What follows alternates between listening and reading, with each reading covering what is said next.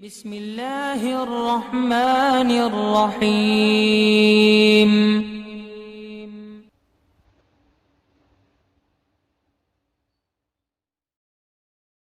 وعلیکم السلام۔ ان کا سوال ہے صلح کلیت کیا ہے؟ صلح کلیوں پر شریعت کا کیا حکم ہے؟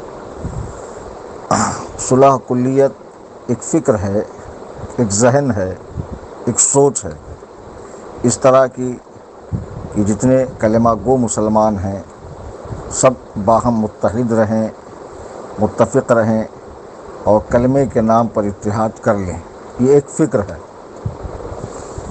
تو اب اس فکر کے لوگ دیوبندیوں میں بھی پائے جاتے ہیں۔ بعض بہت سخت قسم کے دیوبندی ہیں کہ جو اپنے سوا سب کو کافر و مشرک سمجھتے ہیں، لیکن بعض ان میں ایسے ہیں کہ جو سارے کلمہ گو مسلمانوں کو ایک کرنا چاہتے ہیں۔ اس قسم کے افراد آپ کو اہل تشیع میں بھی ملیں گے، اس قسم کے افراد آپ کو دیابنہ میں بھی ملیں گے، وہابیہ میں بھی ملیں گے، اور اس قسم کے افراد ہماری جماعت میں اہل سنت و جماعت مسلک اعلیٰ حضرت میں بھی ملیں گے۔ تو صلح کلیت ایک فکر ہے جو تمام کلمہ گو مسلمانوں کو ایک کرنا چاہتا ہے۔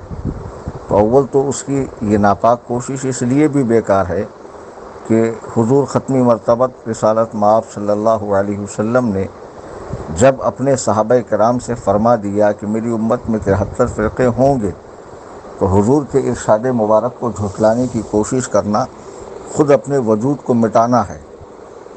ذرا سوچئے کہ جب غیب داں نبی مخبر صادق صلی اللہ علیہ وسلم مختار کائنات فرما رہے ہیں کہ میری امت میں 73 فرقے ہوں گے، تو یہ کہنا کہ سارے کلمہ گو مسلمان ایک ہو جاؤ اور وَاعْتَصِمُوا بِحَبْلِ اللَّهِ جَمِيعًا وَلَا تَفَرَّقُوا، کہ آپس میں پھوٹ نہ ڈالو اور اللہ کی رسی کو مضبوطی سے تھام لو۔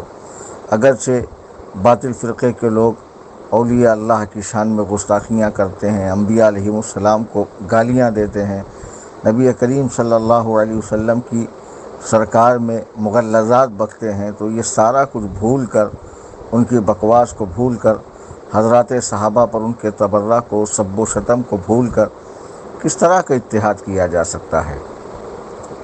اتحاد اہل سنت و جماعت سے بڑھ کر اتحاد کا کوئی بھی خواہش مند نہیں ہے۔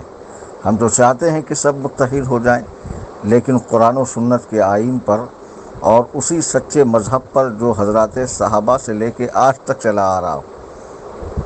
آپ اپنی گستاخیوں سے توبہ کیجئے۔ اہل سنت و جماعت آج بھی آپ سے گلے ملنے کو تیار ہے۔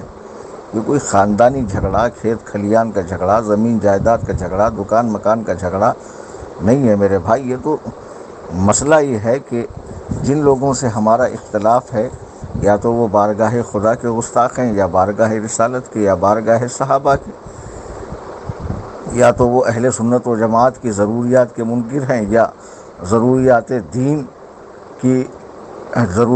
دین جو ہے اس میں باطل تعویلیں کرتے ہیں۔ اس بنیاد پہ ہمارا ان کا اختلاف ہے۔ تو جو صلح کلیت آپ نے پوچھی کیا ہے، صلح کلیت ایک فکر ہے جو سب کو ایک کرنا چاہتے ہیں۔ تو اصل میں اگرچہ یہ باقاعدہ کوئی فرقہ نہیں ہے، لیکن حقیقت میں ایک فرقہ بن چکا ہے۔ یہی اس کا نام صلح کلیت، کہ سب میں صلح چاہنے والے۔ جب نبی فرما رہے ہیں کہ میری امت میں اختلاف ہوگا، تفرقہ بازی ہوگی، 72 فرقوں کو جہنمی ہونے کے حوالے سے ارشاد فرمایا اور ایک کا جنتی ہونا ارشاد فرمایا، تو تم کون ہوتے ہو جو سب کو ملا کر ایک کرو؟ گڑ گوبر ایک، حلوہ گوبر ایک، پیشاب پانی ایک۔ تو اس قسم کی جو ناپاک جرات و حماقت ہے، یہ کرنے سے پہلے سوچنا چاہیے کہ میں کس کے ارشاد کو جھٹلا رہا ہوں۔ اور ہم دیکھ رہے ہیں ماتھے کی آنکھوں سے کہ باقاعدہ مسلمانوں میں فرقہ بندیاں ہو چکی ہیں۔ جی ہاں، روزانہ نئے نئے فرقے اور نئے نئے خیال کے لوگ پیدا ہوتے جا رہے ہیں۔ تو تم چاہتے ہو کہ سب ایک ہو جائیں، لیکن جب اللہ کے حبیب علیہ السلام نے ارشاد فرما دیا تو سرکار کے ارشاد کو جھٹلانے کی ناپاک کوشش نہ کیجیے، بلکہ خاموشی کے ساتھ اہل سنت و جماعت کے سچے مذہب کے ساتھ وابستہ رہیے۔ بہرحال صلح کلیت یہ ہے۔ اب صلح کلی میں دو طرح کے لوگ ہوئے۔ مثلاً ایک وہ کہ جو وہابی دیوبندیوں کے باطل عقائد کو تو جانتے ہیں اور ان کا غلط ہونا بھی ان کو پتہ ہے، کہ یہ حدیث و قرآن سے غلط ہے، علماء اہل سنت و جماعت کے دلائل وہ پڑھ چکے ہیں اور وہ فتوے بھی پڑھ چکے ہیں جو علماء حرمین طیبین نے ان پر دیے یا سن چکے ہیں کسی عالم دین سے، اور علماء اہل سنت کے بیانات سے وہابی دیوبندیوں کی گستاخیاں انہیں معلوم ہو چکی، اس کے بعد کہتے ہیں نہیں چلو وہ تو کلمہ گو ہیں، نماز تو پڑھتے ہیں، داڑھی تو رکھتے ہیں، لباس سنت تو پہنتے ہیں، اور تو اس طرح کے عقائد باطلہ معلوم ہونے کے بعد بھی انہیں حق و صحیح جاننے والا صلح کلی تو ہوا، لیکن یہ صلح کلی حد کفر کو پہنچ چکا ہے، ایسا صلح کلی کافر ہے، ٹھیک ہے۔ اور ایک صلح کلی وہ کہ جو ان عقائد کو تو نہیں صحیح سمجھتا ہے جو علماء دیوبند کے ہیں،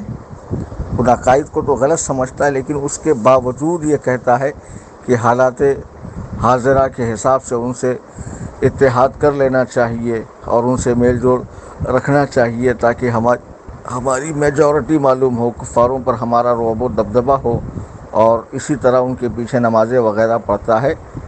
اب ان عقائد کو وہ صحیح نہیں سمجھتا، لیکن بہرحال حالات حاضرہ کے پیش نظر وہ وہابی دیوبندیوں سے اتحاد رکھتا ہے اور ان کے پیچھے نماز پڑھ لیتا، یہ شخص بھی گمراہ ہے، سمجھے، یہ شخص بھی بد مذہب ہے۔